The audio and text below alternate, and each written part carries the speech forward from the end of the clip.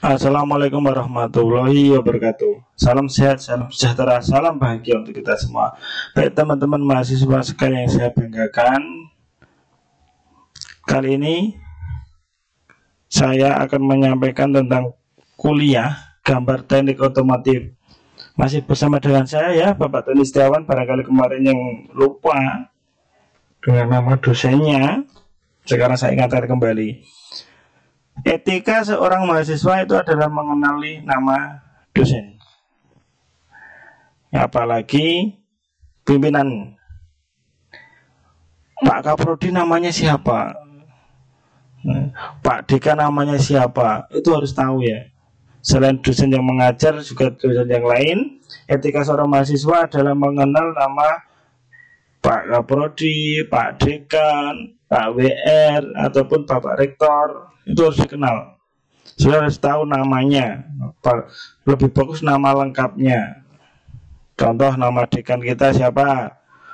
Bapak Dr. Fuad Abdillah STMT. Saudara harus hafal. Bapak Kaprodi siapa? Bapak Bayu Aribowo MPD. Itu harus hafal. Jangan ketika saudara bertemu gitu ya, bertemu di jalan tuh, itu ada Pak Kaprodi ya. Betul ada Pak Kaprodi, tapi namanya beliau siapa? Saudara akan menyapa, selamat siang Pak Kaprodi, kan juga nggak etis. Selamat siang Bapak Bayu dan sebagainya, seperti itu. Jadi jangan sampai saudara itu tidak kenal. Apalagi nanti ketika saudara katakan ya, ada yang mengulang mata kuliah, dosen K3 dulu siapa? Ditanya seperti itu, aduh saya lupa Pak, nama dosennya siapa ya, jelas saya nggak lulus. Jangan dihafal nggak lulusnya, tapi nama dosen dan sebagainya. Baik, terima kasih ya, intermezzo saja di awal. Baik, sekarang kita akan membahas tentang gambar teknik otomotif. Teman-teman mahasiswa sekalian, saudara pasti paham apa yang dimaksud dengan gambar teknik otomotif. Istilah gambar teknik otomotif itu ada di Universitas IFET karena kita fokusnya di bidang otomotif. Pada umumnya atau istilah secara umum itu adalah namanya gambar teknik. Apa bedanya gambar teknik permesinan dengan gambar teknik otomotif? Pada dasarnya sama, tapi penyampaian sampai ke detailnya itu lebih detail gambar teknik permesinan.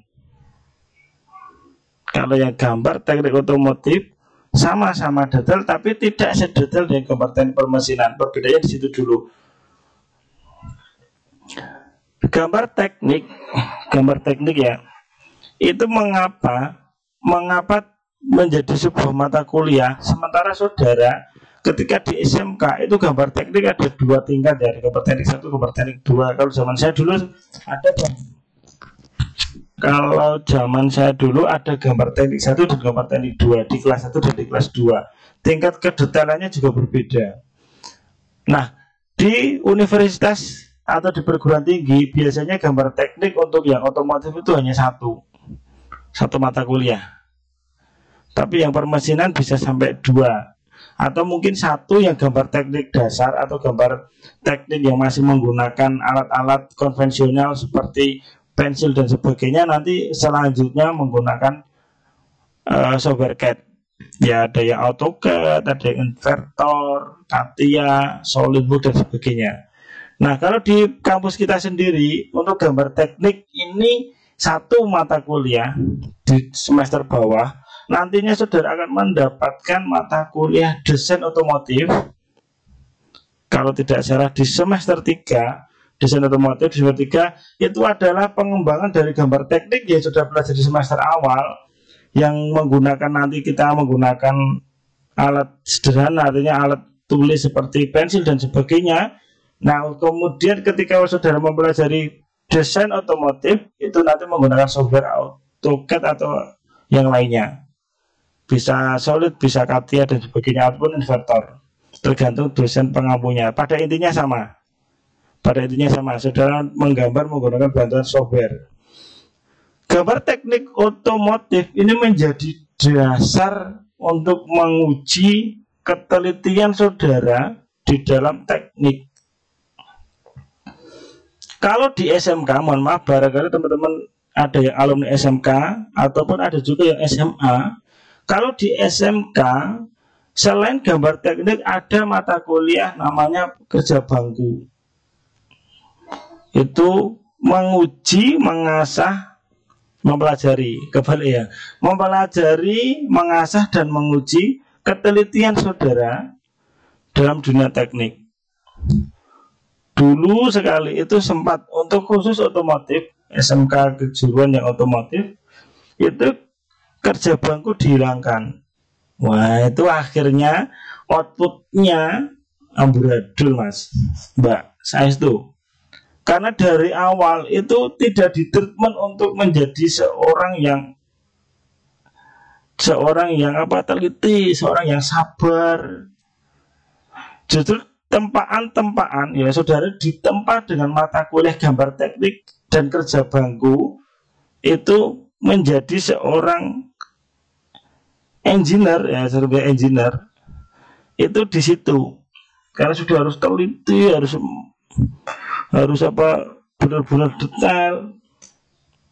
Cerita sedikit, ketika saya kuliah di gambar teknik dulu ketika S1, yang tidak lulus ya tidak lulus tenan. Sama, saya juga akan menerapkan seperti itu. Ya tidak lulus. Nanti aturan ketika menulis itu dengan mal huruf, saudara pakai mal tangan, artinya tidak pakai mal, hanya langsung menulis manual dengan tangan.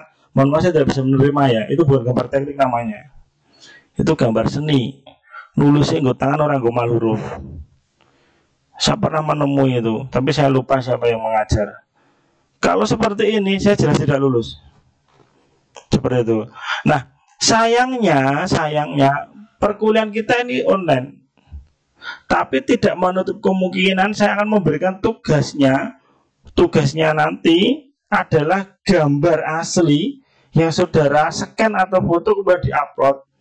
Nah, ketika nanti pertemuan offline atau tatap muka, saudara kumpulkan. Saya minta gambar-gambar itu. Ini akan menguji ketelitian saudara sebagai calon guru teknik. Garis saja itu gak sembarang menggaris. Ada aturan mainnya. Garis tepi berapa, garis benda berapa, garis sumbu berapa, garis ukuran berapa, itu ada aturannya. Itu menggambarkan bahwa dalam dunia teknik yang taat asas itu akan berhasil. Saudara akan ditempa di gambar teknik ini. Kalau saudara sak-sae, ya amburadul loh output kita nanti. Makanya daripada meluluskan saudara yang tidak kompeten di mata kuliah gambar teknik, yang nantinya akan membuat saudara tidak kompeten juga ketika menjadi seorang guru teknik, ya sudah, mending saudara tidak lulus saja biar ada kesempatan untuk belajar dan mengulang mata kuliah. Nah, mungkin pertemuan 1-2 tugasnya masih sederhana, tapi nanti atau pertemuan 1-2-3 masih sederhana. Tapi nanti ketika sudah mulai pertemuan setelah keempat dan sebagainya, akan saya berikan tugasnya adalah tugas berupa gambar. Bisa terima nggih? Baik, terima kasih. Next. Gambar teknik itu sebagai bahasa teknik. Kenapa demikian? Ini sebenarnya sangat berlaku untuk di dunia pemesinan, tapi tidak menutup kemungkinan di dunia otomotif.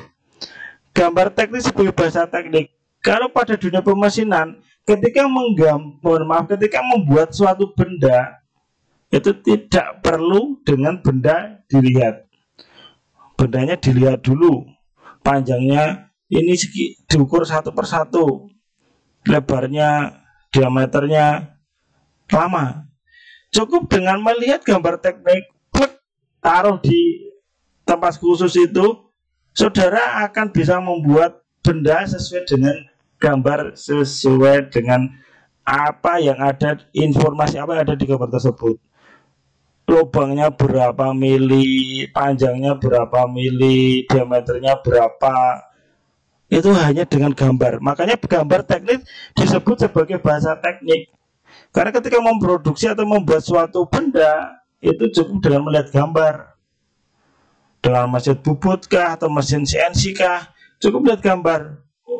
baru disetting. Kalau di CNC, kalau di manual, di bubut manual katakan, oh ini nanti diameternya jadi sekian, maka dikurangilah benda kerjanya itu sehingga menjadi diameter sekian. Itu juga itu merupakan definisi atau istilah, arti dari istilah gambar teknik sebagai bahasa teknik.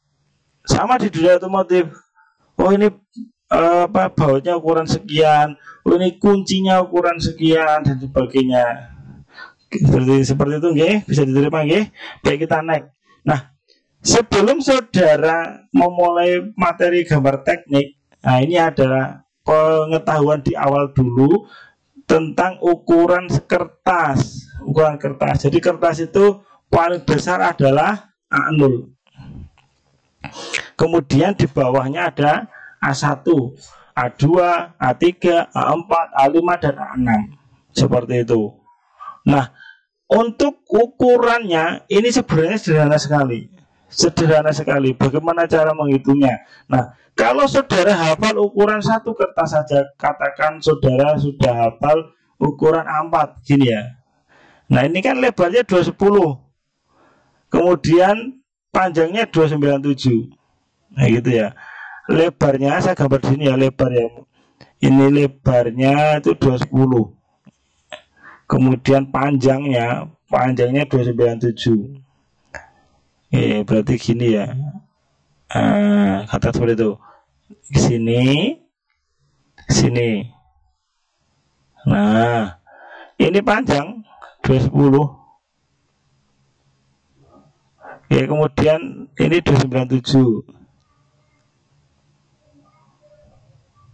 Nah, mohon maaf ya, tulisannya agak bagus.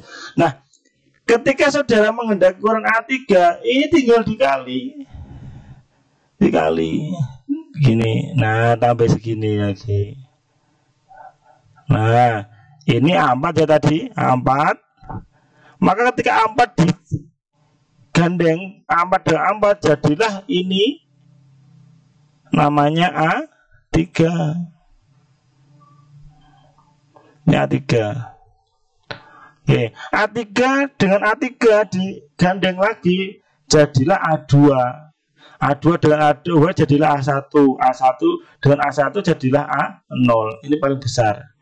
Tapi saat ini yang sudah saya temui itu cetak paling besar untuk kertas itu A1. Gitu nggih. Coba saudara kalau tahu A3 nanti saya dikasih tahu. Kalau cetak A3 banyak. Nah, berarti bagaimana dengan A5? A5 sama aja, berarti A4 dibagi 2. A4 dibagi 2 set gini ya. Ini jadilah A5. Ini ya dibagi 2 set. Ini A5. A5 dibagi 2 set, jadilah A6. Seperti itu. Ini benar-benar harus dipahami. Kemudian berapa tepi kiri dan tepi lain? Nah, tepi sebelah kiri itu semuanya 20 mili. Ini ukurannya mili ya, mili semua ya. Ini 20 mili. Semuanya pakai pakaian mili. Nah, pakai satuan mili. Ini tepi kirinya 20 semua. Mau digambar posisi portrait ataupun landscape, kalau itu gambarnya menunjukkan sebelah kiri, posisi kertas kiri, itu jarak tepinya dari kertas sampai ke garis tepi itu adalah 20 mili. Tepi lain untuk A0, A1, A2, A3 ini 10 mili. Tapi untuk A4, A5, A6 5 mili. Jadi ibarat ini sanek ya, ada sini. Nah, seperti ini. Seperti ini ya. Ini namanya garis tepi. Garis tepi. Gitu ya. Ini tepi sebelah kiri ini 20 mili. Nanti kalau di portrait ini posisinya diputar gitu, asal itu menunjukkan sebelah kiri berarti yang kirinya 20 mili. Sisi lainnya sesuai aturan. Seperti itu. Ini harus dipahami betul loh. Baik, saya rasa cukup sekian dulu pertemuan kali ini. Kita lanjut pertemuan berikutnya. Terima kasih, semoga bermanfaat. Salam sehat selalu. Assalamualaikum warahmatullahi wabarakatuh.